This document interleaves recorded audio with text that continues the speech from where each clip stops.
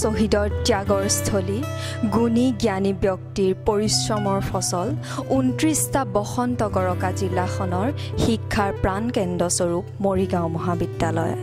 নব্য নতুন জ্ঞানেৰে আলোকিত আই মাতৃৰ হকে প্ৰাণ দিবলৈ কুণ্ঠাবোধ নকৰা, সমাজৰ শৈক্ষিক সামাজিক সাংস্কৃতিক উত্তৰণৰ হকে নিজকে সমৰ্পিত কৰা জাতি জনগোষ্ঠীৰ মিলনভূমি মৰিগাঁও মহাবিদ্যালয়। যেতিয়াই দেশ আৰু জাতি বিপদত পৰিছে, মৰিগঞা ছাত্ৰ সমাজে গঢ়ি তুলিছে সংগ্ৰাম।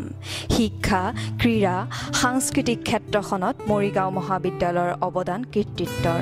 অন্যহাতে সমস্যাৰে জৰ্জৰিত জিলাখনৰ সমাধানৰ ভেটি ৰচিব লাগিব মহাবিদ্যালয়ৰ ছাত্ৰ সমাজেই। সোণালী সপোন বুকুত বান্ধি আহিছে এজাক নতুন তৰুণ, লুইতৰ বুকুত জিলিকাবলৈ মৰিগঞাক। আকৌ আহিল সময় সিদ্ধান্ত লোৱাৰ, আমাৰ দায়িত্ব অনুসন্ধান কৰা সঁচা প্ৰতিভাৰ। ২০১৮ আৰু ১৯ বৰ্ষৰ মৰিগাঁও মহাবিদ্যালয়ৰ ছাত্ৰ একতা সভাৰ সাধাৰণ নিৰ্বাচনত সভাপতি পদত প্ৰতিদ্বন্দ্বিতা আগবঢ়াইছে শ্ৰী মৃন্ময় কাকতি।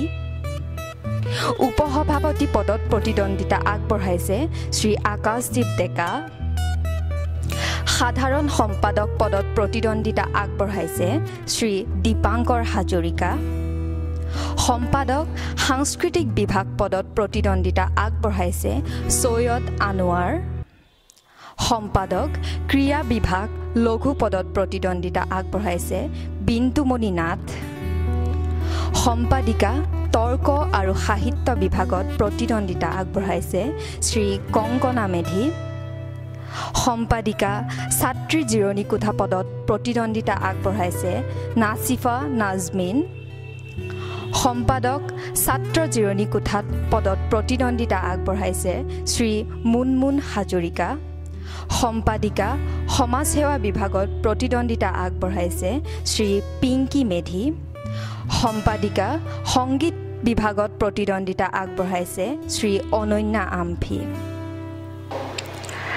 আমি একেলগে আছোঁ, আমি একেলগে থাকিম, হাতে হাত ধৰি আগবাঢ়িম, সফলতাৰ আকাশ চুমিম।